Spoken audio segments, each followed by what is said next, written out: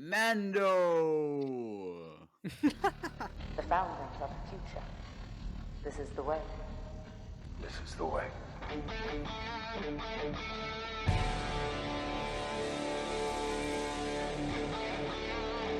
And I love that we're listening.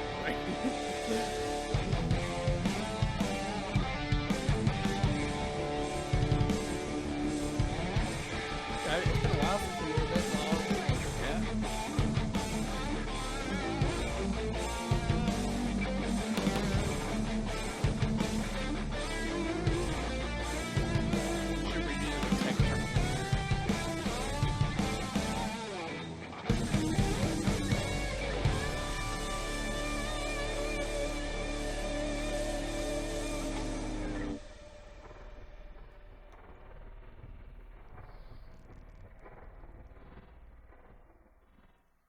Hey everyone, welcome back to an extra wizard episode of the Book of Boba Fett. I'm Jeremiah, I'm Drew. and we are back with Mandalorian Season 3, Episode 1, The Return of the Mandalorian. It's like, what is it, episode, what's that, Lion King 1.5? Like, Yeah, there's that's that, literally yeah. what this is. Mando 1.5 a season. Yeah, this was a very unexpected episode. I did not expect this episode. So this was I'm gonna say it's a treat. I know might be controversial that an episode about the Mandalorian is in the Book of Boba Fett and Boba Fett doesn't show up at all. Some people are gonna be upset about that. Do you think people are upset about that? I think people love this episode so much that they don't care, but people are gonna be kind of cheated that they're expecting 7 episodes and they only gonna get 6.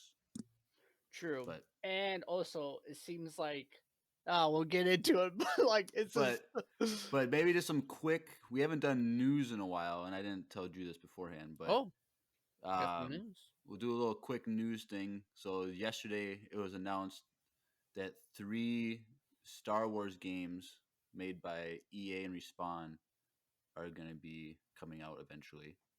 So Jedi Fallen Order 2, a strategy game, and a first-person shooter. Wow, so EA's still holding on, huh? They're holding on. So that's just brief news. That's like basically all the information they gave us. They didn't have any other names for the other 2 games? No, it just said a strategy game, which that could mean anything. That could literally just be like a phone puzzle game. You know what I mean? Well, it's EA and Respawn, so it's probably not a phone game. And then a first-person shooter. So, like, I think third person is way better than first person, but me too, personally. But if I can get a PlayStation 5, I'd play all these Star Wars games. But whenever you're ready, I can help you get one.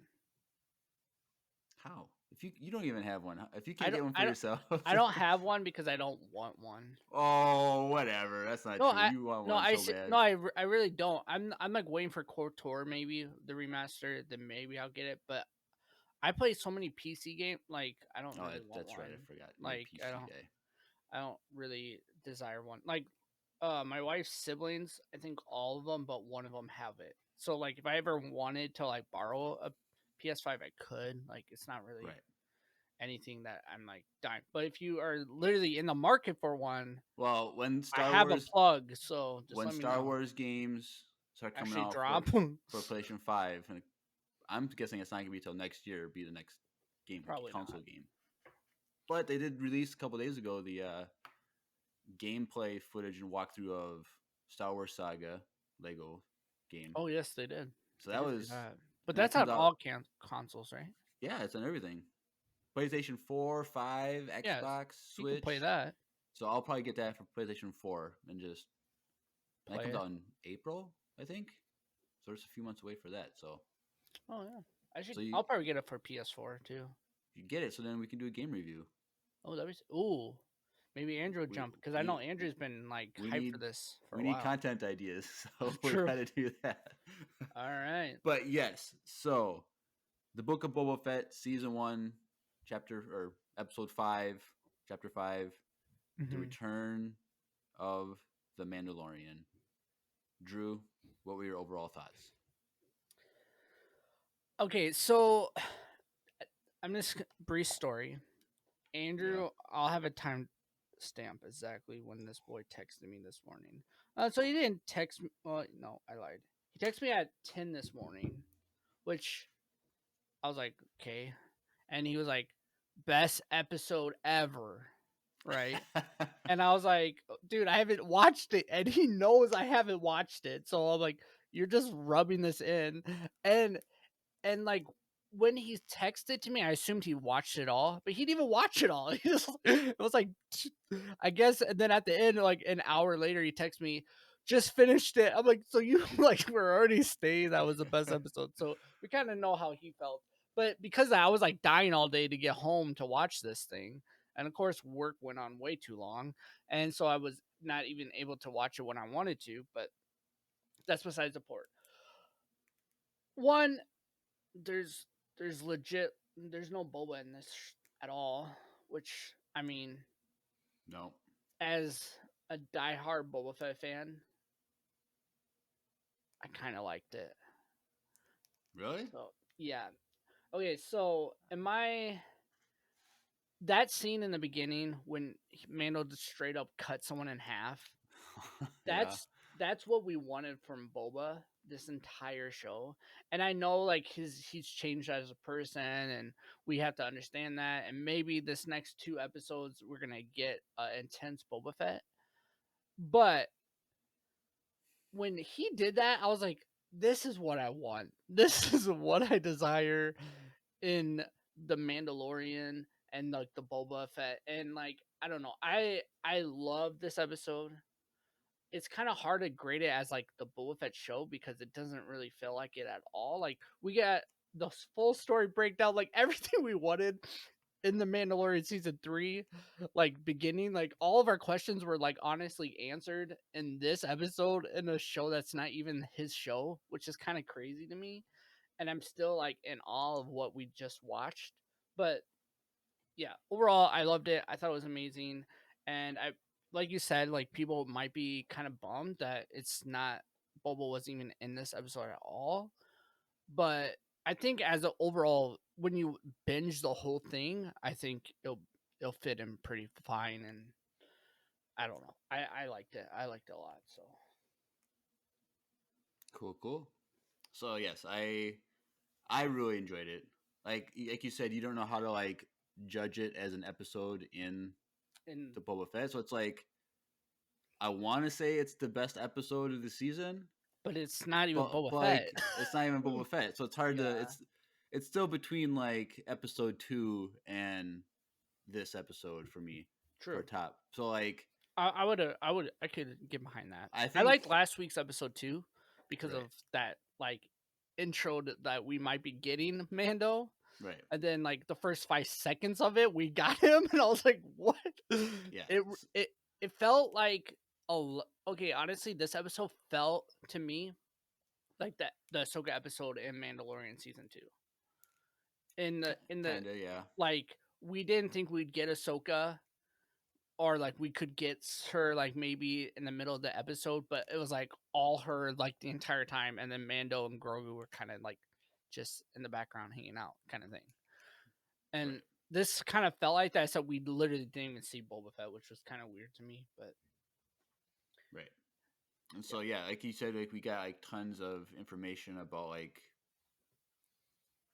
we had tons of information about everything. We learned more about the purge. We learned more about the dark saber. We learned more about like the how to lead with the dark saber. We learned like all kinds of stuff in this episode, and like there's so many Easter eggs and so many callbacks and so many like this is like a jam packed episode. And I was like in the Discord today, join the Discord if you haven't, but um, I was just saying like forget the hashtag give to Dave, do the hashtag give to Bryce because Bryce Dallas Howard is the one who directed. oh, so it wasn't Dave, huh? No, When so is he next week then? maybe he's next week, but um, like every episode that she does is great. Yes. And this was just an amazing. And obviously, she's not the only one in charge of writing a show. Like I get that, True. but like I don't know. It's just whenever it's her The directing, visual it's of always, it though was amazing too, though. right. This was Like, probably the most cinematic and the most like movie like that we've seen. yeah, Um, I think honestly of all of the Mandalorian show, honestly.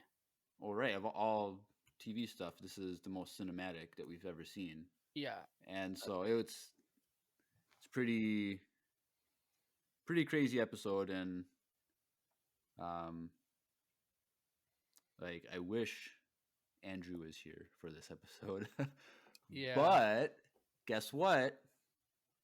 This is not really jumping ahead, but Andrew did send us a voicemail concerning this, and I don't have to wait until voicemail time to play it. So let's hear a message from an OG Andrew. Let's do it. I'm down. What's up, everyone? Andrew here, and with as good as this episode of Boba, Book of Boba Fett was, I wanted to send in a quick voicemail and share my thoughts because this was definitely an episode that I would have wanted to still be on the podcast for. So, first few episodes of this show have been kind of disappointing, as much of a hot take as that is. I've not loved them all, but this episode, ironically, with no presence of Boba Fett in it at all, has been my favorite episode by a landslide, and dare say some of the best Star Wars content we've gotten since the end of Mando Season 2. So anyways, just wanted to leave that there. That's how I feel about it in a very short version. I hope you all are doing amazing. I hope the Discord is popping off. And just a reminder that this episode brought back my favorite word of all time, wizard. So I hope you all have an amazing and a wizard day. May the Force be with you. All right. Gosh. You know, when he said wizard at the end of the episode, I was like, Andrew's freaking out right now when he heard that. Like, I wish I could have saw his reaction when he said that, because I know I freaked out. But well, I was freaking out over this whole episode. So true. But yes, we might as well start jumping in scene by scene because there's a lot of stuff we have to cover tonight. So we got to jump into it. So, show starts off at my work. Like, it is crazy. It was... Yeah, I was like, Jeremiah? You see Jeremiah in the background? Then? I was like, dang, like some of these guys kind of look like my coworkers, but whatever. Damn, shots fired. But, yeah. No, we don't have hanging sides of meat at my work. We're not like that. But I was like, hey, this is kind of interesting because, like, it was an environment, an atmosphere that was very different to Star Wars because we've never like seen... It felt familiar almost, right? Because like weird... I don't think we've ever seen like those plastic door flaps before in Star Wars. No, which is weird because like why do you need those door flaps? You could just have a normal door. Like it literally felt like they filmed inside of a meat locker. Like that's what they filmed this in. Like it was interesting. So they're all cutting meat, and I'm like, this is a weird place, like, because last episode ended like, okay, we need to hire muscle, and like all these workers here are like big, strong, muscly guys. He's just trying to hire all these his favorite butchers from some planet or something to like come help him. Like, I don't know what's going on. And then it pans over to the door flaps, and we see a silhouette, and immediately I recognize the silhouette. Oh heck yeah, everyone did. I was freaking out. And so when he goes through the door, I was like Grief Karga. I was like, Mando! Like I yelled that out loud when I was watching. And that's what's up. Yeah, so like, what did you like? Were you freaking out? Well, I was like, wow, we're getting him like right now. I was like kind of in awe. Like I was like, wow, this is kind of crazy. All right, here comes Mando. See what's going on. Assuming like as soon as I saw him, I was looking for the Dark Saber like instantly. I was like, I don't see the Dark Saber. Do you guys see the Dark Saber? Like I don't see it on his hilt. Like I couldn't find it. Yeah, it was. Yeah, it was interesting. So to say the least.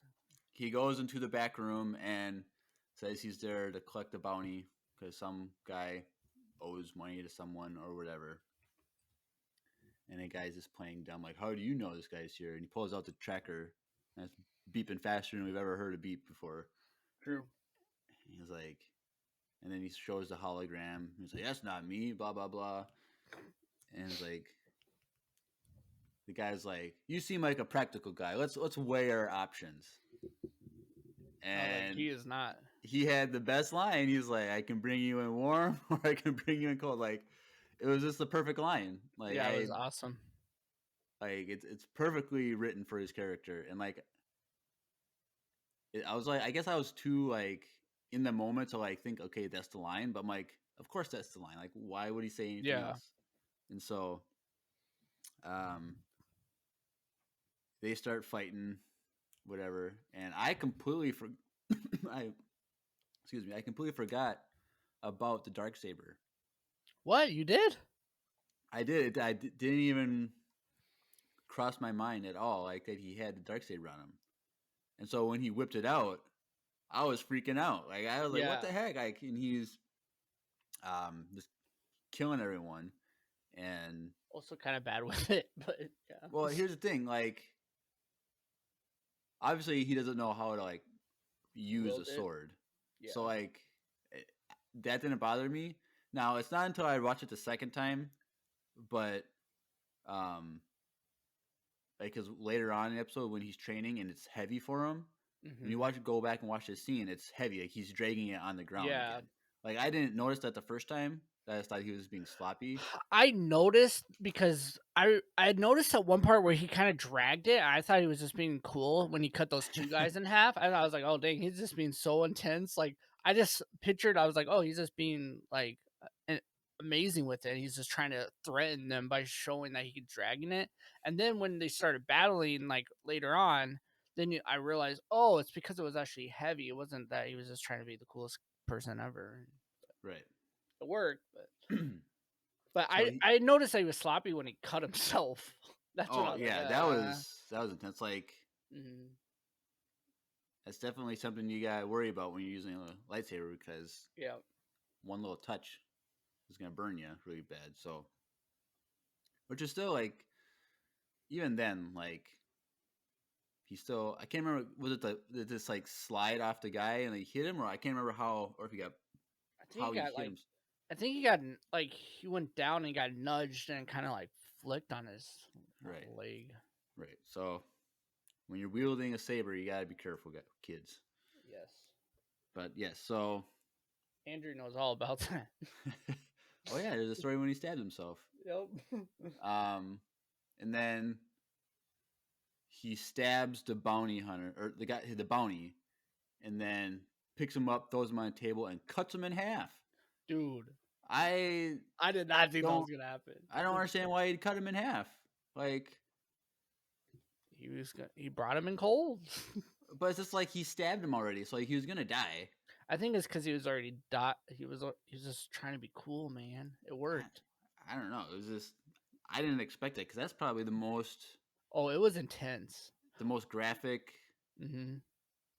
Disney, Dude, Star Wars. When he got his hand bit right away, though, I was like, "What the heck?" Oh yeah, like that. Yeah, that was crazy because like he because like kind of like a dog species or yeah. And we gotta. What's the name of this alien species? Plutoons or plutonium. I don't know, something. So he stabbed himself, or he cut himself when he stabbed into the one. And he pulled it out, and it was so heavy that it fell on his leg. Okay. That's how it happened. Yeah, so... But yes, so he cuts the guy in half, which I was super surprised by. And then he cuts the head off and takes the head. And then he escapes by saying to the other workers there, let me pass and you can have all the New Republic credits that are in there. Like, just take it. And so... That's what happened. They left him alone and took the credits, and he left. And so I was like, at this point, I was like, okay, he's gonna like turn in his bounty somewhere and then get a call. Like that's just how it was gonna happen. And that didn't happen. So we are introduced, and I don't think we have a name yet, but like a city that's like a ring. Yeah. and it's not a 4. I think it's like a C shape because you can kind of see an There's an end point. opening. There's an opening. There's like a Mm. C where and you can see one of the openings, but also if you watch, you can see where the light shines on the ring. It moves, Mm-hmm. and I think that's as the C rotating, it allows the sun To to hit. go around the whole city like in a cycle, like a day. Yeah. So it's kind of like cause like it showed like crops, so you obviously don't want the sun on your crops all day long. Yeah, it seems like it just rotates throughout, which So that's cool that kinda cool. it's rotating in relation to the sun, so that this light is not always constant on one spot, which is interesting because like we've seen kind of stuff like this in other sci-fi movies and stuff, but having a Star Wars is interesting, And it was so beautiful. Like it looked so amazing. right? The whole And thing. And I was like, I feel like I've seen it before, but I think it's in other like yeah, sci-fi. like for some reason, like watching this episode, like when he's on that ring, Mm-hmm. I kept being reminded of that movie. Is it Valerian and the city of 1,000 planets or something? Oh, yeah. It kind of felt like that. Like I it could see was that. like Yeah. in that movie, it's not a ring, but it's just like a lot of the like, same like underbelly features of us like Mm-hmm. being exposed to space and stuff. Like I don't know, it kind of reminded me of that movie a little bit. Um, Daddy Palps in the chat said that he remembered the saber being heavy in Rebels. well, we'll get to that. Oh, okay. We Well. got a long discussion about that. Also, welcome, Daddy Palps. We've missed you over here. But yes, so Mando he goes to turn in his bounty, brings the head to get his information. So he doesn't want money; he wants information, and which I didn't realize because I was watching some YouTubers, a YouTube channel reacting to this episode and discussing, and they noticed that when he walks onto the elevator, gets off, goes collects his bounty, and goes back on the elevator, that's all one shot. Oh, really? So if it follows him get on, and it just the camera angle just changes while he's walking, goes around the table, and then back to him, and then back onto the elevator. Oh, it is one shot. So like I didn't notice that when I saw it, but now I need to go back and rewatch that. Oh, wow, that's amazing. And so I love those one shots. right, and so I'm guessing we're gonna when we get the Disney Gallery on this, we're gonna get a behind the scenes on how they shot that scene. Oh, yes. But that was definitely interesting. And so a fun fact, and I don't know if it means anything, but when he goes to turn into Bounty, people at the table are speaking. Like if you use the subtitles, it says they're speaking Huttese. So these people are related to the Hutts in some way, which is interesting. What the heck? Yeah. And so I don't know if that means somehow this Ring City or that individual that was hiring Mando. Is this isn't the planet, right? Huh. What's it? No, Hudson or no. Now Hutta, that's your thing. Now but Hutta, yeah. This is just a Ring City, so is it off of Now Hutta though? I don't know. We don't know. We don't know anything. Maybe we'll get some information released at some other point. But so Mando he gets the information that he wants of a location of something on this Ring City, and so he leaves and he uses his scanner thing and his thing the look for whatever, and we see markings on the walls, which I don't think we've seen that specific symbol before. I don't know if we saw it on the covert on Navarro. Not the arrow one, but the one above the door is. Well, we know the mythosaur, but the other one's like a T with like rounded like symbols like on the vertical part of the T. I was like, okay, well, I don't know what these. But then we see the mythosaur, and so Which this whole time I thought maybe like Boba was trying to contact him. Like I don't know if you got that, but like I was like, I oh, didn't. it's. I just like I didn't assume we're getting what we're about to get. Right. I was just like, oh, did Boba? Is this his way to try to contact him about hiring him? Like like Boba does have the Mythosaur logo on his thing, so maybe this is him. Like he's gonna be down here, like, hey, you found it. Like yeah. Well, I just figured it was because Mando was in contact with like Bo-Katan and her Oh group yeah, that like he could be got in other contact with Mandalorians. other Mandalorians that were not of the Children That's of the Watch. the Watch clan. So I kind of figured that's what it was. Like he was just trying to find more Mandalorians. And so he goes in there and he's injured. At this point, he's injured because his leg is messed up. So he's barely getting through because he has to go down a ladder and all this jazz. And we get to a point where we see someone at the end of like a whatever walkway, and I'm like, I didn't recognize who it was at first. Like, I didn't know what it was because it was just so far away. And then because I should have recognized the fur. Yeah, as soon as I saw her sitting, like as soon as they glanced at her, I saw the fur. I knew it instantly that it was the armorer. Right. I was like, let's go. But then when it cuts to her, I was like, oh, this is nuts. Because like we know she survived on Navarro, but after she like kills all those stormtroopers, like we don't know what happened to her. And so then I think she asked something like, how did you get an injury like that while Paz Vizsla is like just doing tending to him, a Bacta spray or whatever. Yeah. And icy hot. Yep. And so he's like, this is what caused this injury.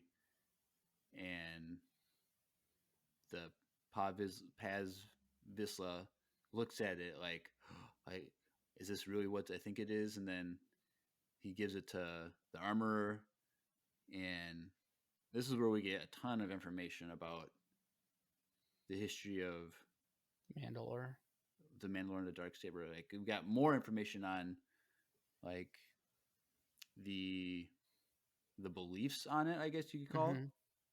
And so, well, it was interesting. One, when as soon as she called his name, like you realize that he was a Vizsla, which before, even like up till now, we haven't had a name for this character. Yeah, we have.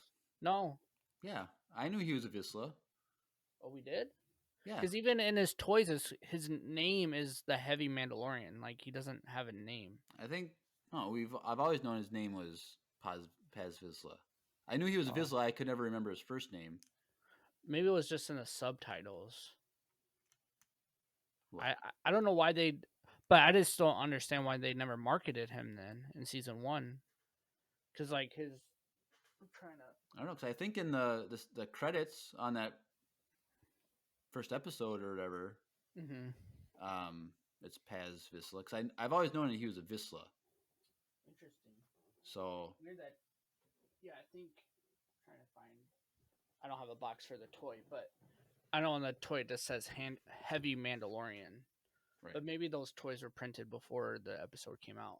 So possibly. And so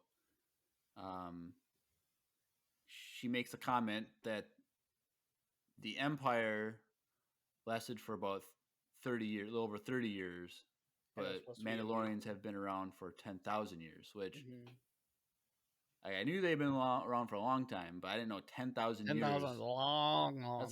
That's a long time. So that's now, a lot of do we know if Paz Vizsla, do we know that that's Jon Favreau acting? It might have been his voice. I don't know. I didn't check. I think it was his voice originally in season 1. I don't know. Was his? I thought it was he acted. I don't think he acted. He's not that big.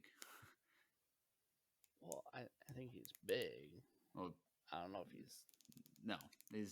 I don't think he never. I don't think he ever did the physical acting. He just did the voice. Okay. But so we learn more about like the philosophy behind the Dark Saber, and so there's like it's a lot to take in, and I have to like go back and watch it even more. But it's like they knew that you have to win it through combat. Like if you earn it properly, you can lead Mandalore. Mm-hmm. But if you don't have it through a proper means, then Mandalore will be cursed, yes, and lead to their destruction. Which we see that and we'll see that in a little bit further. But we know that Mandalore is uninhabitable and everyone's basically dead, and so that part of the creed of the Dark Saber, someone unworthy had it, which we find out was first Bo-Katan and then Moff Gideon. Mm-hmm. And so, which before this we never knew that Bo-Katan was unworthy of it. Like, well, that's something that people have always debated because she was just given it to it, and so no one's ever understood why that is. But we now get more explanation in the next scene. But yes, we learn that there's like a spiritual, like whatever thing where connection where if it's the wrong person wielding it, it will lead to Mandalore's destruction, and that ends up happening. And so are you saying that is Bo-Katan's fault? No, I think it's Gideon's fault, obviously, because he's the one that was wielding it when Mandalore fell. But then after this,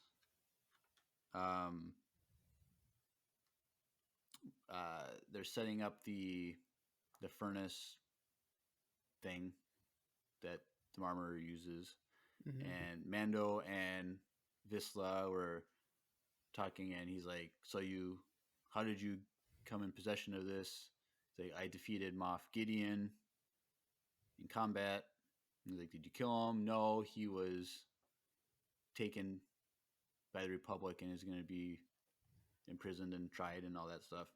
Which, that was pretty cool to find out. Well, we knew that was what had happened. Like, yeah, like, if they were going to kill him, they would have killed him in the show. Like, they let him survive for a reason. So, and so the armorer shows up and he's like, says that Moff Gideon is caused the death of millions on Mandalore. So millions of people were on Mandalore and then were killed. And so sometime between Bo-Katan getting the Dark Saber and the Purge, millions of Mandalorians went to Mandalore. Because I think in Rebels we learned that like not a lot of people were on Mandalore anymore. Yeah. I think. But was it through Rebels that like the Watch and the other Mandalorians kind of came together? I don't think the Children of the Watch ever rejoined. Gotcha. Because they were on Concordia, which is the moon of Mandalore, which is where Vizsla in the Clone Wars had his camp. Yes. When they were doing their thing. And so I wonder if Bo-Katan did unite Mandalore again, like where everyone returned back to Mandalore somehow. Like there's still a lot of more questions. That's what I'm asking. Also, what the heck was that water? That green stuff she poured in the water? I have no idea. She just casually did that and then it's just part of her process, I guess. It's kind of like you probably do some crazy stuff when you brew coffee that like most people don't do, right? Yeah, maybe. Yeah, you pour a little something extra in people's drinks that they don't know about, like a little salt. a little salt. Really, salt No. in coffee? Oh, No. I was like, is that a hot take? Like, are you supposed to do? No. Heard it here first, folks. Put salt in your coffee. It makes it really good. I put salt in my watermelon. It's really good. I've heard that. Yeah, I don't know why, but whatever. It's more flavorful. Oh, whatever. You just gotta do the thump test on it, and then you'll get a better All watermelon, about right? the thumps. Let's not start the watermelon talk. Andrew's not here to help me Andrew's out. not here, but Andrew, you don't know what you're talking about. Deal with it. Fight Apples. me. Salt on apples? I've heard that. Salt on tomatoes. I've done that. Um, But anyways, Mandalore. yes. So then Din Djarin brings up to the armor, do you know who Bo-Katan Kryze is? Well, first we missed that she is melting down the spear. Right. Because she says Beskar is for armor, not weapons. Yes, because it can pierce through Beskar, so it's just as dangerous against her than it is to help block a saber, essentially. Which it makes sense because the person who had that was actually using it to probably hurt Mandalorians. I don't know. Because Morgan Elsbeth, I think it was her name. Mm-hmm. Like, we don't know what her deal was. We don't know how she got it either. So, and we don't even know if that chick's dead or not. Like, yeah, we don't know. We don't just know know that she knew where Thrawn was. Right. But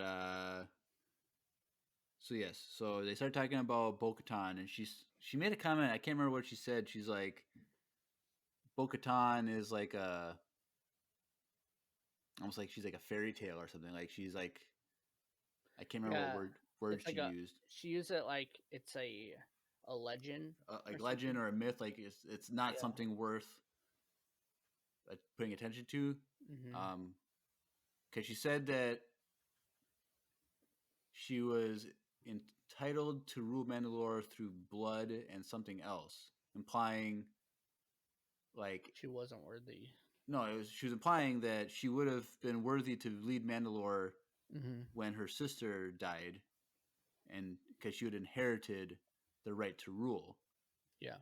But so it seems to imply that you can wield the Dark Saber through combat by winning in combat, or if you inherit it from the previous ruler. And so, and then she's implying that she didn't acquire the Dark Saber either way. And so she's saying that her family, the Kryze clan, they corrupted themselves and turned away from the correct Mandalorian way. And that kind of is one of the reasons why Mandalore fell, like in the long run, like the whole fall of the Mandalorians over generations was kind of like the Kryze clan's fault. It seems like she was implying. Yeah. And so it's very interesting that the armorer knows all this stuff. Yeah, it makes you think of how old she is. You know what I mean? Like, well, I don't think she's that old. I just want to know how she got the information. Like, how did she know that? Maybe she is old though. Okay, but I'm saying, but Bo-Katan getting the Darksaber was 10 years prior. Oh, yeah, that's true. Or 12 years prior or something. So, like how does she know all this information? Think she was there? I don't know. She could have been there when she got it, but she was for sure on the moon. She was on the moon when the purge happened, but we don't know where she was when Sabine gave Bo-Katan the Darksaber. Then we get this really intense flashback. Right. So we learn about the Night of 1,000 Tears, I think they called it. about the purge and what it actually looked like, and that was a bunch of Imperial TIE bombers. It looks like they were just nuking the whole planet. Yeah. Because we do know Mando says, can't remember what season it was, but it says that Mandalore is no longer inhabitable. And so it implies maybe like it's this radiation from all these nukes, basically, that destroyed the whole planet. Mm-hmm. And so this was a really great scene. Yeah. A lot of people were comparing it to the Terminator movies when because then we see the K2SO droids come by to kind of sweep across the land to kill any survivors. Or just shoot every body they see, essentially. And kind of reminded them of the Terminator movies, which I've only seen I think I've seen most of them once, so I kind of vaguely remember that. But it was just a very intense scene of destruction, and that scene with all the TIE bombers, like hundreds of them, it was so intense. Dang, bro, like I can't even. That's a lot of TIE bombers. Like like, other than the Rise of Skywalker, like we've never seen like that many like ships. It just shows you how the Empire was still really afraid of the Mandalorian people, right? Because I'm assuming if Mandalore was being reunited and they had millions of people, like that's a major threat to the Empire. So that's why they had to kill him. So that's very interesting context to why the purge happened. And we finally got information on the purge, because we learned about that in season 1, that the purge happened and Moff Gideon was behind that. And so, I don't know, I really like that scene. Pretty intense. So as mentioned, the spear is being melted down, and Mando requests that it be forged into armor for a foundling. So at first, I'm like, okay, they're down to 3 people in this covert. When they said that, I was like, I didn't even count him. Like, I was like, well, where's that other person? Right. Then I realized, oh, it's literally 3 of them with Mando. Right. And so I kind of assumed that, okay, we just need some armor available for when we recruit a foundling or something. I thought that's what it was. Me too. But then he says, a special foundling. A special foundling for Grogu. And she's like, well, he's been returned to his kind or whatever it was. And it's like, well, I want to go see him and make sure he's safe. So it seems like she's making him like chainmail armor. And so have you ever seen pictures of like art and stuff of like a Mandalorian helmet on Grogu? Yeah, with the ears sticking out. Yeah. Like when he said that, I was like, oh, is he gonna make a helmet? But no. But also, like, with that whole scene, it was like she said, like, well, Jedis don't have attachments. And then pretty much then he said what, but Mandalorians are the opposite. They have loyalty. Right. And so I thought that was pretty cool. Right. And so I'm assuming it's like a chainmail. Yeah, it seemed like it was like chainmail. It would be like a chainmail like shirt or like a jacket kind of that, you know, for that species, it's kind of like one size fits all. Like he's going to be that same size for a while, probably. Yeah. And so like, well, he's been that same size for like 50 years. So he's not going to grow out of that anytime soon. So that's a good starting point for him. And did you notice that when she wrapped it up and tied it, it looked like ears, a Grogu head. Yeah. Or is this? And we see it more prominently later on when he's on that Starliner. But I was like, okay, that's interesting. Like that I didn't think that we were going to see Grogu for a while. Like, I didn't think we would see him in season 3, but it seems like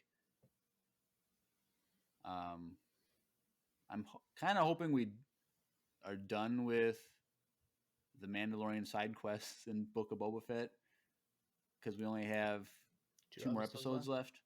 Because it seems like he's going to go leave Tatooine, go hang out with Grogu, and then come back. Mm-hmm. So I don't know how they're going to... We'll get into that later, but I thought we were kind of over the Grogu thing for a while.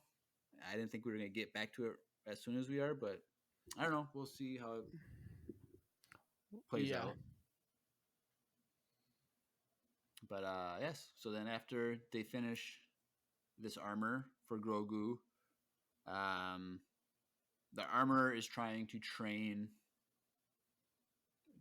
Din Djarin in the ways of the sword, of the lightsaber, and it's a struggle. Yes. So he's fighting, he's really sloppy, and then he gets to the point where he says, every swing it gets heavier and heavier. Mm-hmm.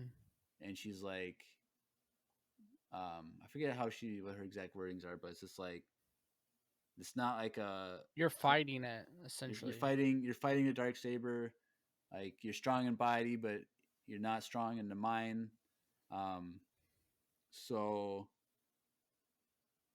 concerning this, we have another voicemail from the same OG from earlier, Ooh. Andrew. So he sent us a second email. So let's play that concerning this scene.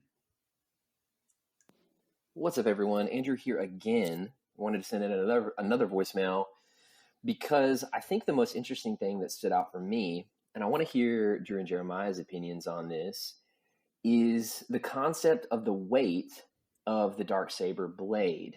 Obviously, that is not something that we've really experienced in canon. It was hinted at with the way George Lucas did the lightsabers in A New Hope, but we've never really had any sort of indication of what the lightsaber blades weigh. It's perceived that they don't weigh anything because Jedi normally use them, but I'm wondering now if that has something to do with their use of the Force, because Din Djarin isn't Force sensitive and the blade is heavy for him and the heavy Mando trooper, the Vizsla guy. So I'd love to hear what your thoughts are. And like I said, I think it has something to do with the Force, but let me know what you think. Well, sorry, Andrew, but you're actually wrong. There is canon stuff. And it's from Rebels season 3 when Kanan is training Sabine.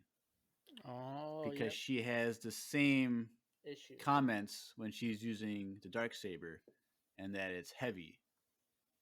And she's struggling and fighting Kanan when he's training her. Mm-hmm. And she gets to a point where it's like, it's heavier than I expected, and blah, blah, blah. And then when she starts to be more flowy and focused when she's using it, she stops and says, like, it feels lighter. And then Kanan says, good, you're beginning to connect with the blade. And so I think he also says something like, it's an extension of you now, or something like that. Yeah. And so I don't think it has to do with the Force, because Sabine could use it without the Force. Bo-Katan seems to have been able to use it without the Force. Moff Gideon used it without the Force. And so, but that also Pre-Vizsla, he didn't use the Force. Yeah, but even like thinking back to when Moff used it in that battle, he did seem like it was super heavy for him. Like, now that I think about that battle, I don't think that. You should rewatch that battle, because I recently rewatched it, and it seems like it is heavy for him. Not that he can't use it, but I don't think he was ever as connected to it as like Bo-Katan was, or anything like that. I don't know. I never got that vibe that he was struggling with the Dark Saber. if you watch it, he's very like choppy fighting. Well, that's just because he's not trained to wield a sword. Like But anyone would be like is that. he? But is it because it's heavy though? I'm saying he has a connection with it because he knows the power of it, Mm-hmm. and he's at kind of at peace with being connected to it as like a means of manipulation. Whereas Din Djarin, he was he's received a dark saber Mm-hmm. and now has a weight on his shoulders to wield it for a specific reason, Yeah. and he doesn't want that, I don't think. And so he can't connect with the story of the saber and the meaning of it because he doesn't Mhm. want it. Yeah. And so for him it's heavy because he like she says, like, you're strong in body but not in mind. Like he thinks he can just use it as a weapon to like a normal weapon, where it's not a normal weapon. It's more symbolic and it has a spiritual nature to it for some reason. Mm-hmm. And so so I don't think it has to do with the force. I think it has to do with your connection to the meaning of it and the creed behind it. Mm-hmm. And now obviously if this is like some spiritual reality with it, then maybe it's connected to the force somehow, but I don't Yeah. think you have to be force sensitive to To properly wield use it. it. Yeah, I don't think Moff Gideon was ever force sensitive. Right. And so so he's terrible at wielding it. And the funny part is when he gets kicked off the Kicked plank off the and thing. falls off the edge into space. Yeah. And like it was just funny that like no one, like, we were not worried about him because we knew he had his jetpack. Yeah, on. exactly. But It was just funny though. it was just funny. But It was so natural. while he's struggling with this is when Paz Vizsla comes and says Mm-hmm. maybe he's not the one that's supposed to be wielding it. Maybe he's not worthy for it. And then he challenges Din to the fight for it. Did you see that coming Yeah, because when he brought it over? when he's healing, putting the back to spray Yeah. on it, like when that whole scene is done, Yeah. he's staring at it when the armor gives it back to Yeah. Din. So like I knew there was going to be a conflict with that. And then when Paz was asking him like, how did you win this? Yeah. Like he's like trying to figure out like, is this person worthy of having this? Yeah. So I knew that was going to be a part of the episode. And so they had this janky fight. Like they were both like not able to fight because I like that they both took their jetpacks off. Right, because it's technically kind of like a to the death thing. So like if you fall off the edge to your death, Yeah. you're not worthy to have the dark saber. Mm-hmm. And so like I think that's a good thing, a good part of the fight. Mm-hmm. But yeah, Din, he's out of his league because he doesn't know how the thing is so heavy for him against this big giant guy, and then the big giant guy, he's overpowering Din. Well, I love that his shield. That was dope. Right. We haven't seen that in live action, so I was like freaking out for that because my pop right here, she has a shield, but we've never seen Bo-Katan use a shield, but she has that same shield like in the pop figure, and I was like, I've seen it before, and it was cool to actually see that. I think we might have seen her in the animation. In the Clone Wars, yeah, in Clone Wars. I can't remember, or Rebels or something. I know we've seen that in animation. I can't remember which. Might have been both shows. Different various Mandalorians have that shield. I think Sabine for sure had one. But right, and so Din gets thrown down on a different platform and drops the saber. Mm-hmm. And Paz Vizsla picks it up. So it's like at that point I was like, oh, he won. did he win? Like, because he was able to take it from him. Does that count? Mm-hmm. Like, I didn't know. But then they continue to fight. I'm like, okay, maybe it's until someone dies or yields. Mm-hmm. Um, And then he takes out his little knife and his just vibro blade and starts stabbing the heck out of him. yeah, and then right when he puts the blade to the guy's neck, the armorer says it's done. Mm-hmm.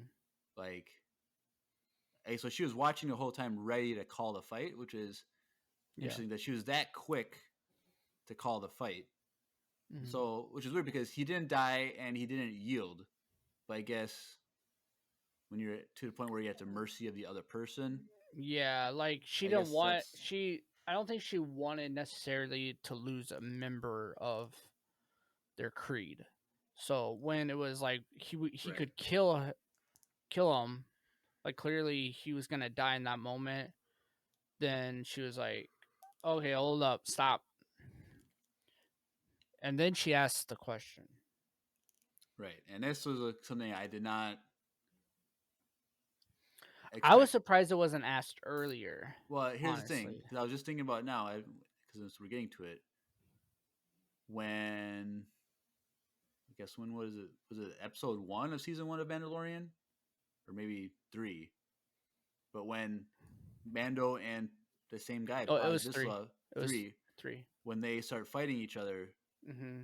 She asked that question. she asked the question to stop them in a conflict. Yep.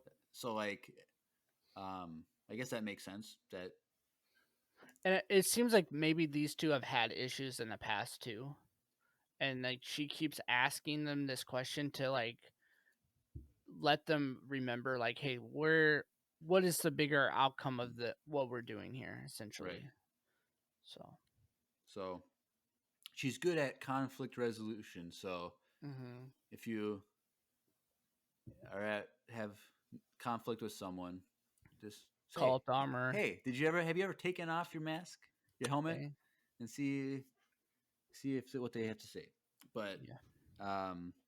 so Paz says, no, I haven't taken my mask off, and no one has taken it off.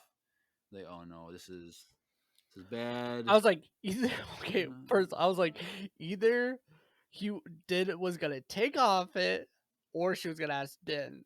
That was like my first time. Like, is he gonna remove his mask? Like, is it gonna be John Favreau there? Oh gosh.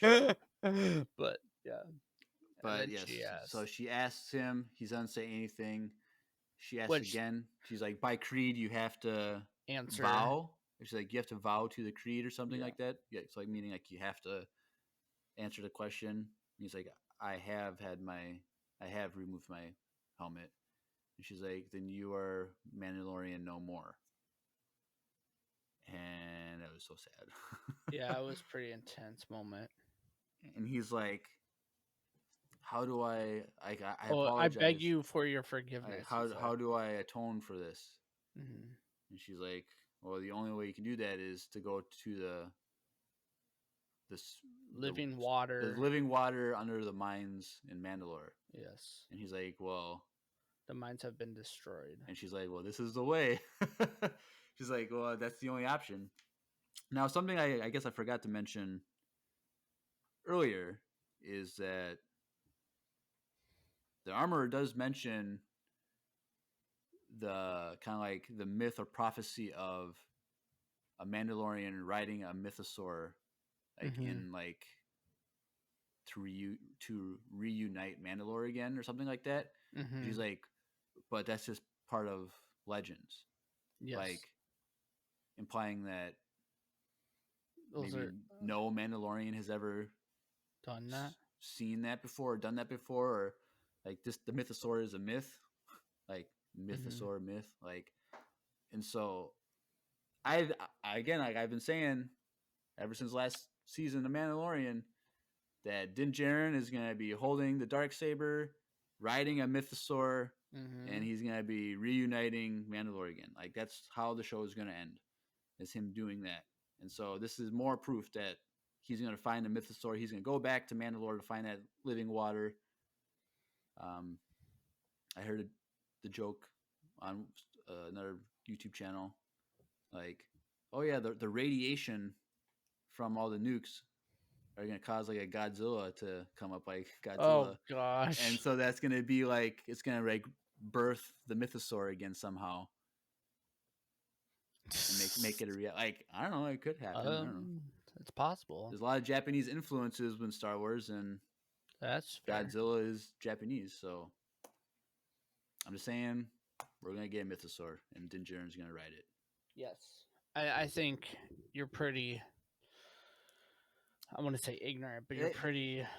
I think they just like my Bad Batch fan fiction. They stole my ideas. Keep They're doing stealing this your shit. stuff, huh? They heard my prediction, and like that's a good idea actually. Yeah. I think they're gonna do it. So,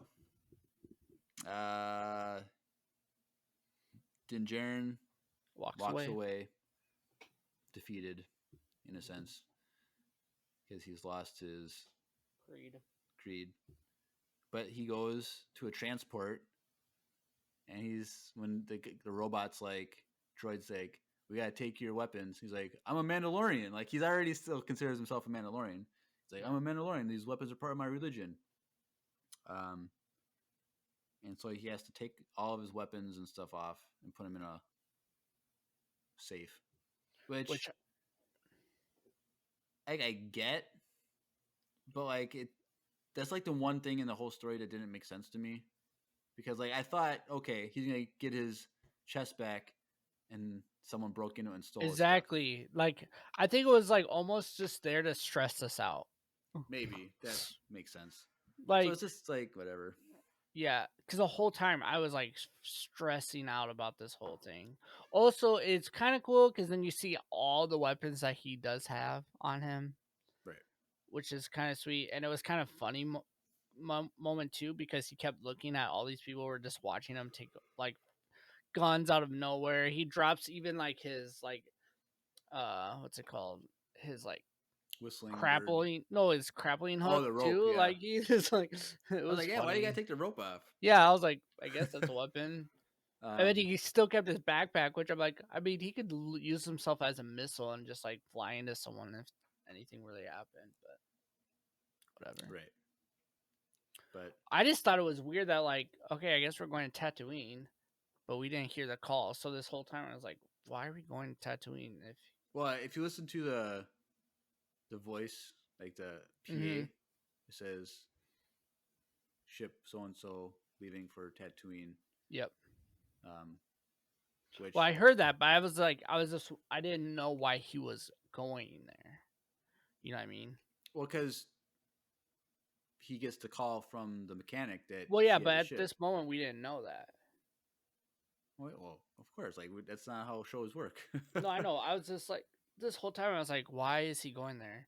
And then this moment with the kid, and then he looks at the thing that looks like Grogu's head. I thought that was a pretty cool moment. Well, it is what it is, I guess. But yeah. So he boards, and they go to Tatooine, and he gets off. All of his weapons are there. Fine, whatever. It's kind of disappointing that they're all there. But yeah, so he gets his weapons, and then it goes right to the mechanic lady. I always forget her name. It's like starts with the P, I feel like.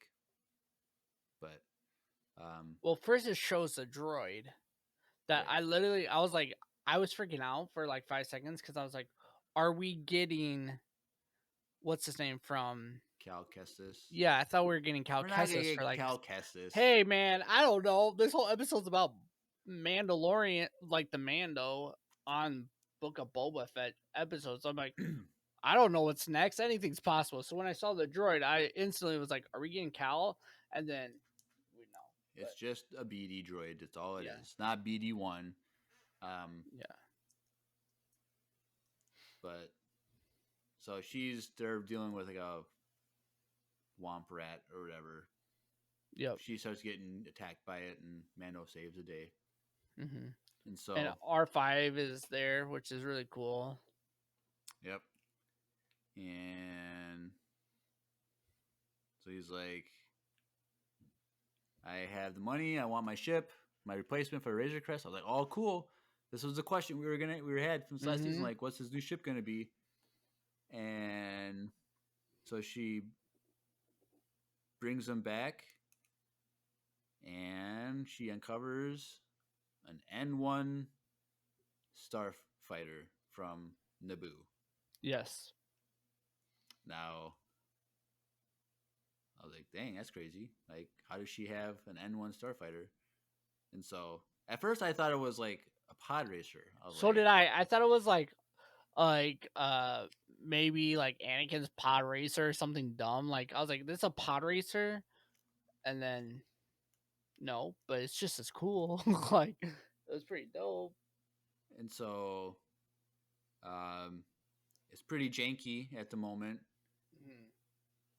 And she's like, well, just let me finish putting it together before you change your mind. Because he was pissed that, like, I'm like, he can't use this. Like, this is too small. Like, whatever.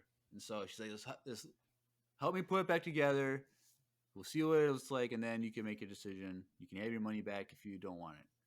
And so she's talking him up the whole time. Like, this is the fastest one in the galaxy. Like, this is all It's off the grid. Off the grid because it's pre-Empire. It's all handmade, so no droids ever touch. Because she remembers he doesn't like droids. Yeah. And so she's a perfect mechanics, car salesman, like trying to make a transaction. And as he's saying this, he was like pulling off parts and like yeah. But it's great. So then them two plus the droids and then the Jawas, they hired the Jawas to get parts for them. And so it's just kind of like they're all working together. We find out that she dated a Jawa. I was gonna say this Jawa scene though was so funny. And we find out they're hairy. They're furry. She says they're furry. Yeah, like they're furry. Like we've all wanted to know what they look like. So yeah, apparently they're They're and then when she speaks Jawa, oh my god. Oh gosh. And so that's cool that we know that they're furry. So I'm assuming they're, I don't know, like little rat creatures or tiny Wookiees or something, but Ewoks with hoods. Ewoks, something like that. And so I'm like, okay, whatever. And so this is a fun fact that I learned. So that rod that the Jawas get, did you recognize that? Yep. You actually recognized it, or someone told you in the chat? No, I recognized it. I didn't recognize that until someone pointed out to me, but it's the same pole that Han Solo uses in A New Hope in the trash compactor to try to keep it from closing. Yep. Like, oh, interesting. I didn't I remembered it after he shoved it in. I was like, oh, we've seen this pole, but like I didn't remember it instantly. But yeah, it was pretty cool. Right. Full circle, honestly, this whole episode. And so we also learn that this mechanic was born on Tatooine and has never left. And I was thinking, if Anakin was still alive, he'd probably be around her age. Yeah. And so I was wondering if they knew each other at some point. And so there is the scene in episode 1 when he's there with all of his friends. There is a girl about his age. And so I'm wondering, she doesn't have curly hair. But I think it would be cool if they just said that was her. Cause I'm assuming, because every background character in Star Wars has a name. Like it's just there. Yes, that's so fair. I'm sure she has a name that they've character. Given. Yeah, but they could definitely just say it's the same girl. Like that'd be great. Well, just how they say that one guy in episode 6 is Rex, right? Or something. Because he technically has a name, but they could just change it. So, and the thing is, if Anakin was working on his pod racer, doing mechanical stuff, she could learn how to do it. She could have been working on it with him, or helping Yeah. him learning stuff. Like that would have been. I think that would be a cool thing that Tie-in. could add to his story. So I'm down for that. I would be happy. Doesn't. could have been his first crush before he met Ooh. Queen Amidala. He upgraded for sure. Definitely, but I mean, just think she definitely they upgraded too. She started they dating broke up. Jawa. They broke up before he met Queen Amidala, Uh-huh. and because of that, she went down a dark path and started dating Jawas. Like, I don't know. Sounds like a Marvel comic waiting to Oh, happen. gosh. But yes, so they're putting it together, and slowly but surely, it's coming together. They're modifying it, Mhm. adding these special engine to it, all this stuff, and it's definitely the same color scheme as the Razor Crest, like this straight metallic with some color stripes on it. Real quick, I love when she said like, I've dated a Jawa, I know how to deal with them, and then the one Jawa starts talking to her, and you know that the one Jawa is like asked her out essentially.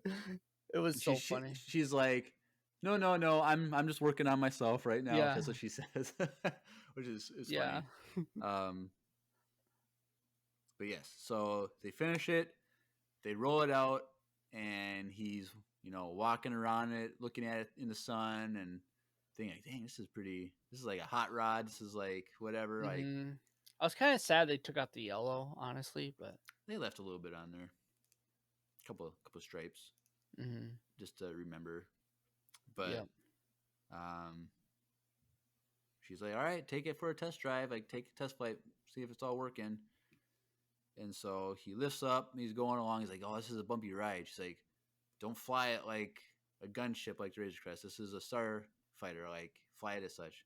So then he punches it and then goes super fast, and people in the city look up and see him go by.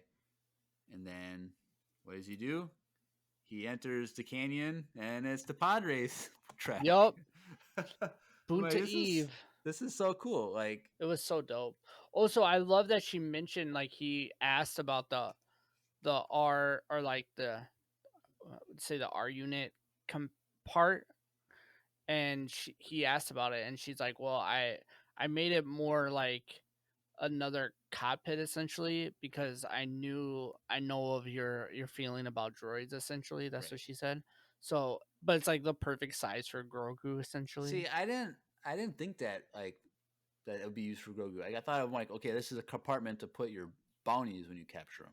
Oh, no, that's definitely. It's like, because like, how is he supposed to continue doing? Well, that's what I was thinking, but bounty hunting with this? I mean, you could put. There's probably some compartment where he's gonna put their heads, because he's just gonna make. Well, you them can all fit a big. head, but like, if he's I don't bringing know. them in warm, Yeah, I guess he's no longer bringing them warm. like- yeah. and like, so he can't do the carbonite thing anymore. So like it. So like, I wonder how that's gonna work. Yeah, because it's definitely not a ship for what his job is. It's Right. more of like just a ship to get away from certain situations. Right. And what I'm thinking is, it's implying that season 3 of Mandalorian is going to be him on Mandalore looking for the living water. Correct. So like, he doesn't need a ship that he can live in and do bounty hunting with. No, because that's not really what he's trying to do at this point. Right. So now, I think that kind of solves the problem where he's not going to be doing bounty hunting anymore. Mm-hmm. And so, because he's going to be trying to redeem himself. And so I think that's going to be the kind of way around that. Yeah. And so, 'cause I think this is what this episode is for. It's kind of like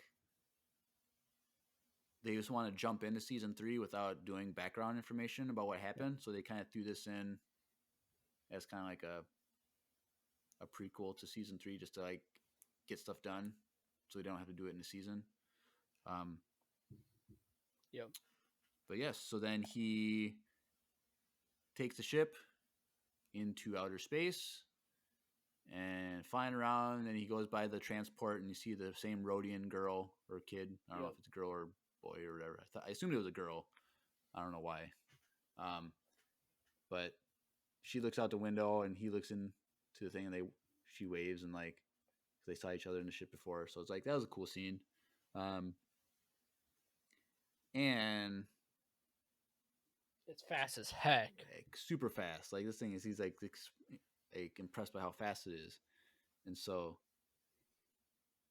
did you see I think what they're he assuming it's a girl because she's wearing pink.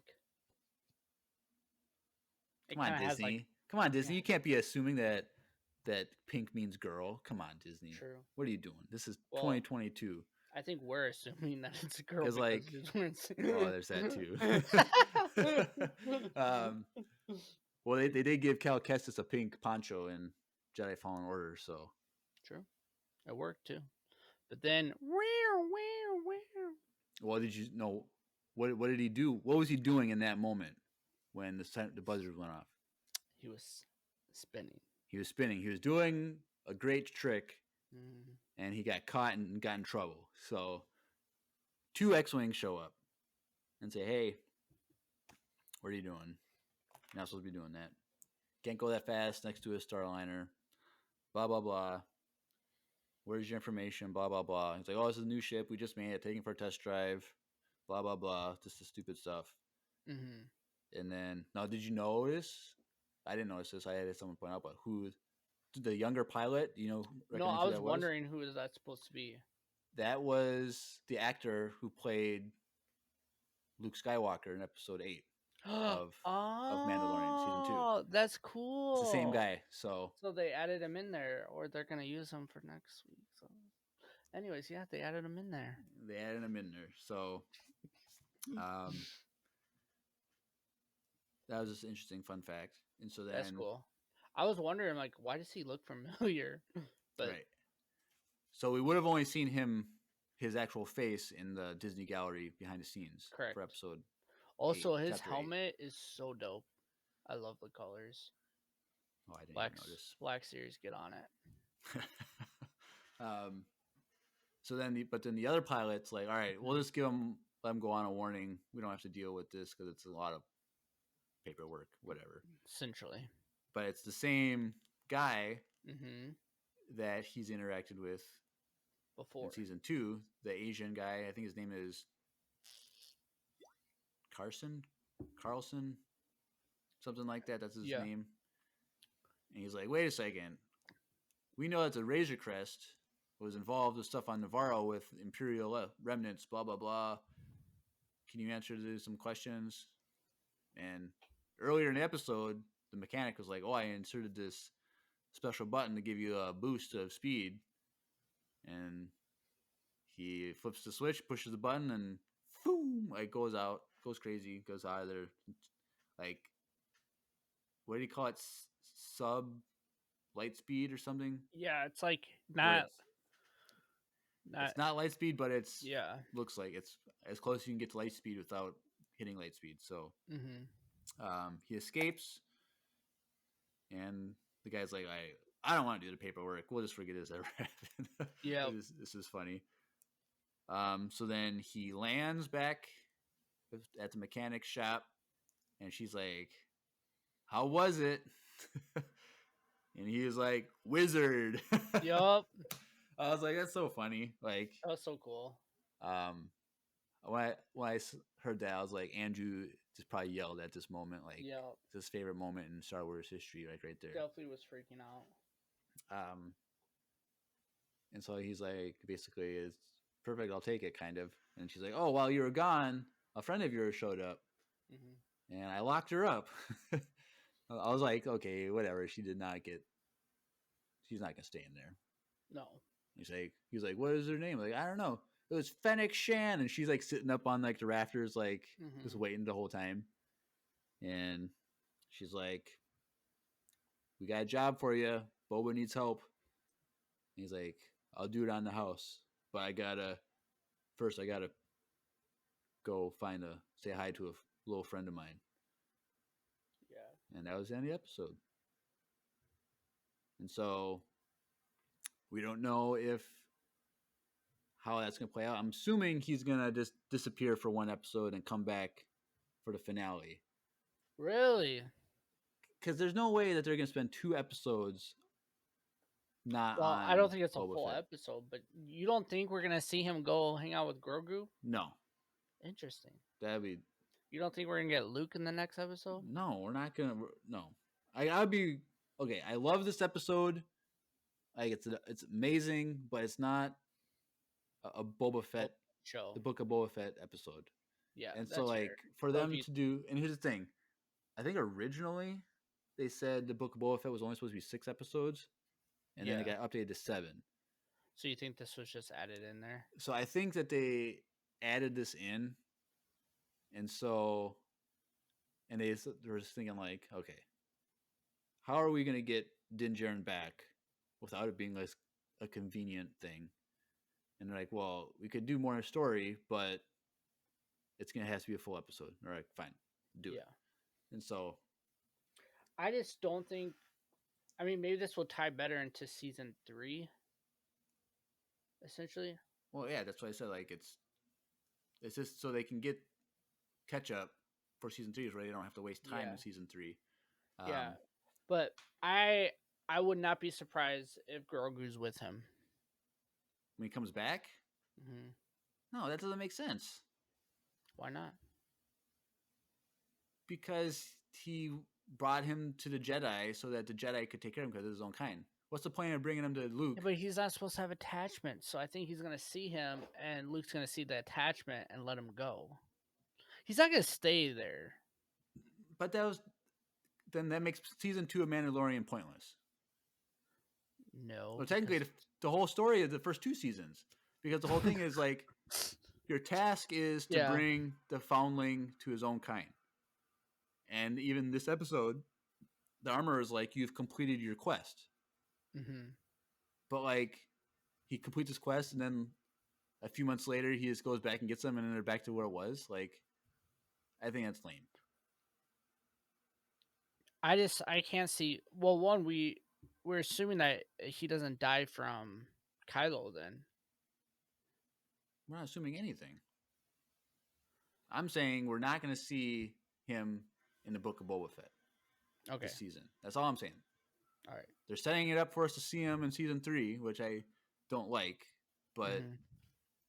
if they waste another episode or half an episode just on a Din Djarin story, like, I'd be kind of mad.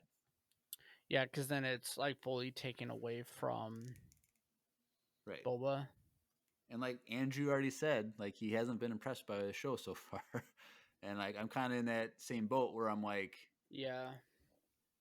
episode 2 was amazing, and then 1, 3, and 4 were okay for me, and this Yeah. one was great, but it's not a Boba Fett episode, so it's like, It's not gonna.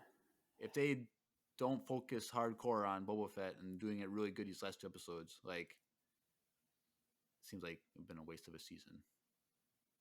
It's just weird that like they said, but first I had to what did he say exactly? He Go said, visit a little friend or something like that. yeah, he said. So like, I think he's just gonna be gone episode 6, or most of episode 6, and come back in Yeah. episode 6 at the end or something, and then Mhm. he'll be fighting.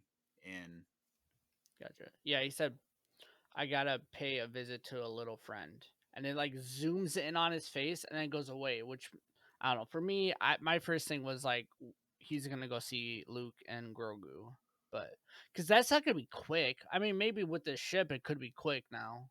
but like, how is they don't even know where they are? Exactly. So, but it seems like they need him like right now. Right. So it's like he can't go find Grogu and get him and come back. Like, Yeah, I don't know. there's no way he's gonna be, unless for some reason he still has a tracker from when Grogu was a target, and he can I just mean, he turn might. it back on or something. But like, I don't know. You could. That's possible. I don't But know.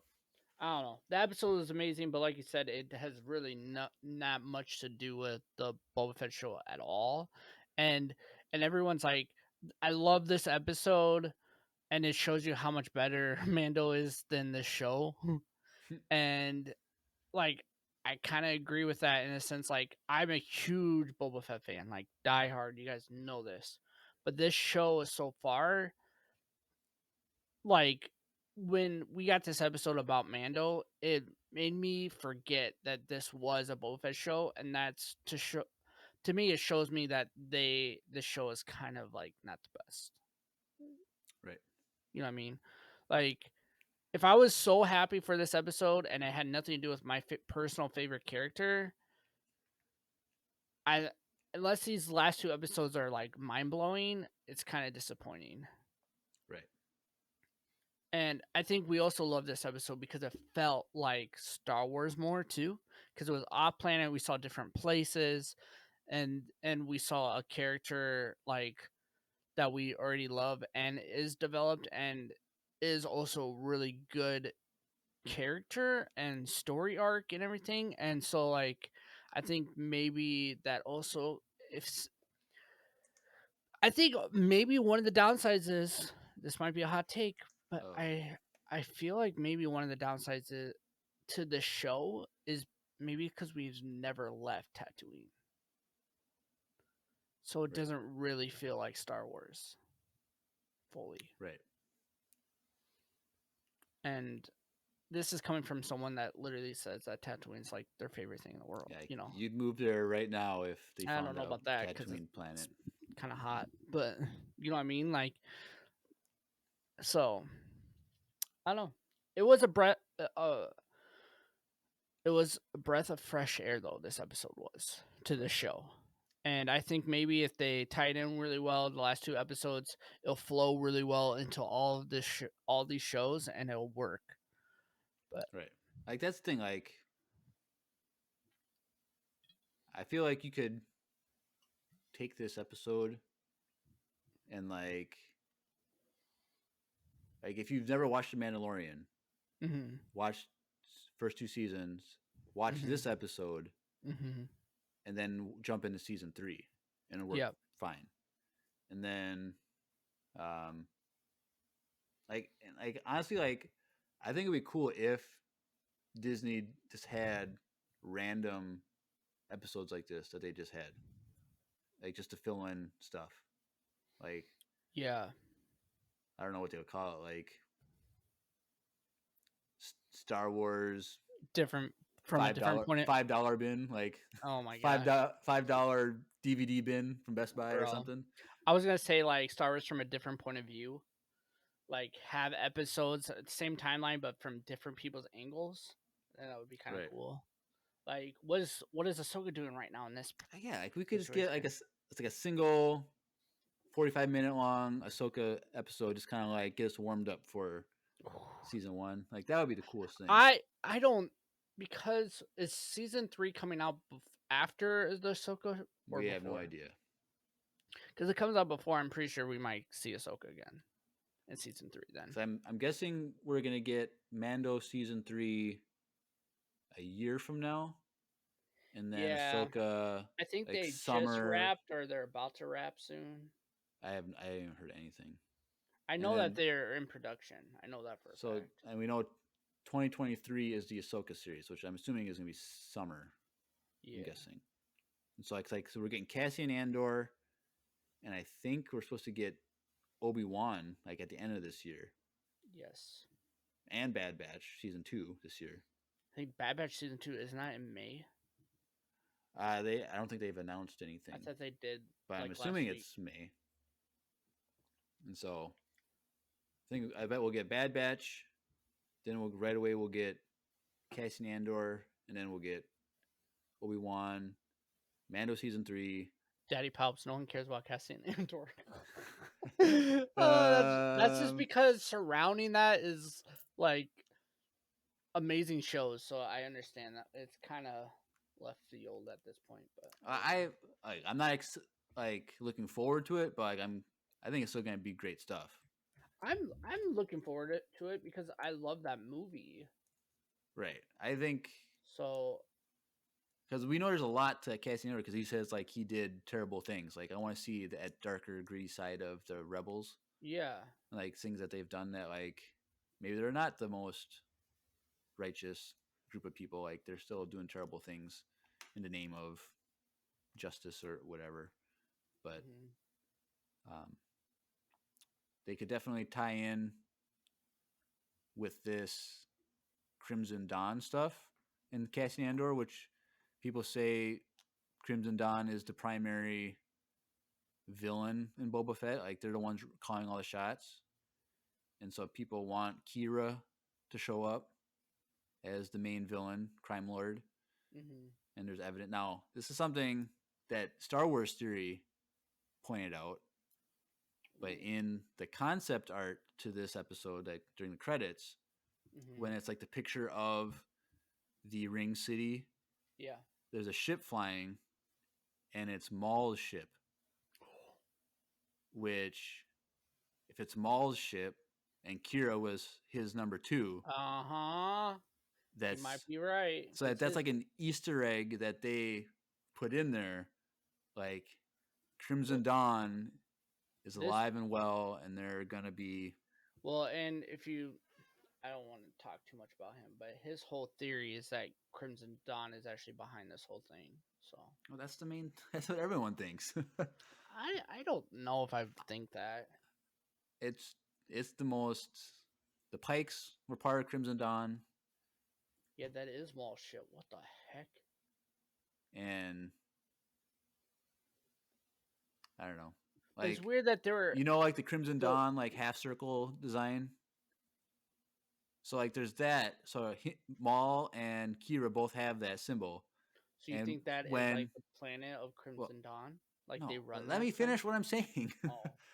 When Boba and Fennec go see the mayor, there's light shining on the floor, and it's that same half circle. I did not see that. I've not even heard that yet. That's cool. So, but also, if you're right that the planet thing or the city is a half circle, maybe the half circle is Crimson Dawn. But what is weird to me is that they're speaking Huttese. Yeah. Well, they're all crime lords. They know each other. They know have connections. So, I don't know. I think Crimson Dawn makes the most sense. I think, like, there is the rumor that there is going to be a Crimson Dawn TV show someday starring Emilia Clarke, Kira. So, like, the Dragon Queen. Yep. And so, I don't know. I think it's the most likely, the most evidence is Crimson Dawn for everything. And I think it'll be fun to have that fleshed out. But, like, if it is Crimson Dawn, like, it would have to mean that there's more Boba Fett seasons, or they're going to do more Crimson Dawn stuff post Boba Fett season 1. I think there's more Boba Fett seasons. I don't know. Maybe Boba Fett just wants to retire after the season. Like, he did his thing. He retires. Him and Fennec, or it doesn't work, and then he has to join Mando and reuniting Mandalore. I think it'd be cool if... I'd rather that, honestly. If Boba Fett joined Mando and helped reunite Mandalore, I think that'd be cool. But I honestly want, like, Crimson Dawn show, if that's real. I would like it to be before Maul died, so we get Maul in the show. Well, I think it would be similar to Boba Fett, where it's from Kira's perspective, and there's flashbacks. Yeah, but hot take. I don't care about Kira. I just want Maul. Give me a Maul show. Like, I don't want a Kira show. Like, I'd rather have a Maul show with Kira involved in the show as one of the second characters. If there's a Kira show or a Crimson Dawn show, we'll definitely have plenty of Maul in it. I hope so. Whether it's flashbacks or not. Like, and here's the thing. There's a lot of Crimson Dawn stuff in the comics that's canon. And so she's, I think, through between Empire Strikes Back and Return of the Jedi, Kira is the leader of Crimson Dawn. Yes, and that's in the comics and stuff. Like, there's a lot of canon stuff. Which is kind of crazy is before Jabba the Hutt has Han, Solo, and Carbonite, she's in possession of Han and Carbonite. Like, she owned him before Jabba got it. And Jabba went to buy Han for 1 million credits. Mm-hmm. And then Kira fights Vader Yep. and stuff like And that. So holds her ground for a little bit too, which is for a hot second, and then gets yeah, spanked, but like, but doesn't die. but doesn't die. So there is already a lot of Crimson Dawn stuff. So it's like, okay, is there going to be more Crimson Dawn stuff that they? Well, people are- and her character is like her as an actor is so well known that like people this are is a going to watch matter the of show time. just because her. Correct. in People it. are literally going to watch it because they're like fans of Game of Thrones. But I and feel like they're if just you gonna watch Game of Thrones, a lot of Game of Thrones fans watch Star Wars too. So correct. So, but even more so, like you'll get some casuals come back like hardcore. Now they might be disappointed because there's no nudity and there's not as violent, but well, after still- today's episode, you can definitely see people get cut in half. yeah, But yep, this was a fun episode. Really enjoyed it, and I'm glad we got it. I just hope we get back to Boba Fett next season or next episode. yes, I do too. Just I wouldn't mind seeing Grogu though, but I kind of see what you're saying Right. too. It just yeah, I hope we get Mando though, like not in the end of this episode season, like the next episode. Like he shows up at the end to save the day, and then the whole next episode is them hanging out. And I mean, these next 2 episodes could be as long as this one was. So Hopefully, well, because it seems Also- like they go every other, like short episode, long episode, short but episode, long there's only 2 episode. episode left. Dave Filoni has not even done one yet, which But- is kind of. So I get them. It's next episode, I Crazy. think. And then John Favreau hasn't directed one either. No, I think he did the first episode. Well, I think he was a writer. He wasn't. Well, he the writes every director. episode, Yeah. but I think he directed the first episode. Pretty sure. No, it wasn't him. It was someone else. Because Andrew pulled it up. I remember. He was I don't just know. a writer. But well, while you're looking that up, I don't have a good segue, but we forgot to do the Wesley Andrews ad. So I literally didn't do it because I thought you had a good segue. 'Cause I there's had- multiple times where I was gonna say it. I was like, I after last week, you guys didn't listen last week. I don't know what you're doing, but go listen. all right. But 2, yeah, I interrupted your segue. And Let's just listen to the Wesley Andrews ad right now. yes, let's do it. Hey everyone, Andrew here. I'm pleased to tell you that the sponsor of today's episode is Wesley Andrews Coffee and Tea. If you don't know anything about Wesley Andrews, you definitely should. They're an award-winning coffee roaster and shop in Minneapolis, Minnesota, and they make fantastic coffee. The awesome thing is that whether you live in the Twin Cities or not, you can get their coffee beans delivered straight to your door by ordering them online. They even have a subscription service that ensures you never run out of amazing coffee. If you've been looking for some new coffee to try or a way to elevate your normal coffee routine, now's your chance. Head over to wesleyandrews.cc, use the code Empire Radio, that's with a capital E and a capital R with no space at checkout, to get 15% off your first purchase of any bags of coffee or a coffee subscription. I can't think of a better deal. Get 15% off some great coffee, support a small business, and support your favorite Star Wars podcast. In the words of Emperor Palpatine, do it.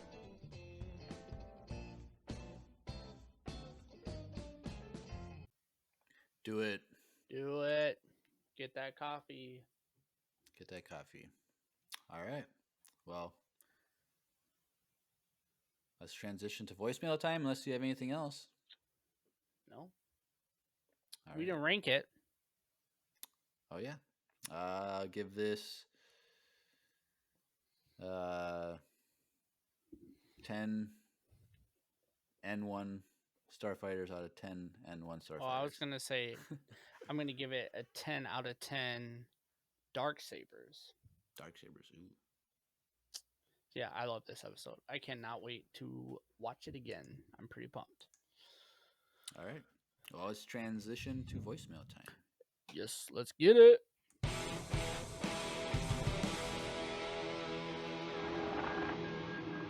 It's voicemail time. All right. So we have Well, we had the 2 voicemails from Andrew already, but we do have one more from Will. So let's jump into Ooh. that. Hey, Empire Radio. Will here. A random question popped into my head that I don't believe that I've heard the answer of from you two. Did y'all play any sports in high school or like try out for any, or were you like a band kid or a theater kid, or neither? Personally, for me, I was a theater kid on top of being kid. on my Oh. high school's golf team, Close which in enough. itself was a trip. All right. Well, Well, I was think gonna we've, say, in passing, you- have talked about these things, might- but never like directly. maybe it's not on an episode, maybe it's like post credits, but I'm pretty sure we've talked about how Jeremiah has hit a home run on live television. Well, not live television. It was highlighted in sports. It was recorded and it was brought into sports later that night. But yes, I played baseball in high school. When I was a junior, I hit a home run, and it was on TV, and that was great. You think we could ever find that footage? Well, it would have been April 2007. Of course, you know the exact date. Well, okay, it was when I was a junior, so I know it would have been spring No. 2007, and baseball season Oh. was in April and May. That's when games were. Okay, So, what was the like, date? I don't know. It was early in the season. It was like in the first like 3-4 games of the season, I think. It was Daddy against. Palps in the chat. Dang, Joe Meyer in the house. So it was against Central High School at Central High School, and so it would have been the Daddy Pops, look it up. KSTP, so Channel 5 High School Sports Rap would have been. So like I'm sure I could contact them. Well, it might be on YouTube somewhere floating It's around. not going to be on YouTube. YouTube came out in like 2006, and news wasn't on YouTube at that point. But I'm sure if I were to email them and like try and get it, I'm sure I could get it. But you should try it. That'd be cool. But you and your also, long hair.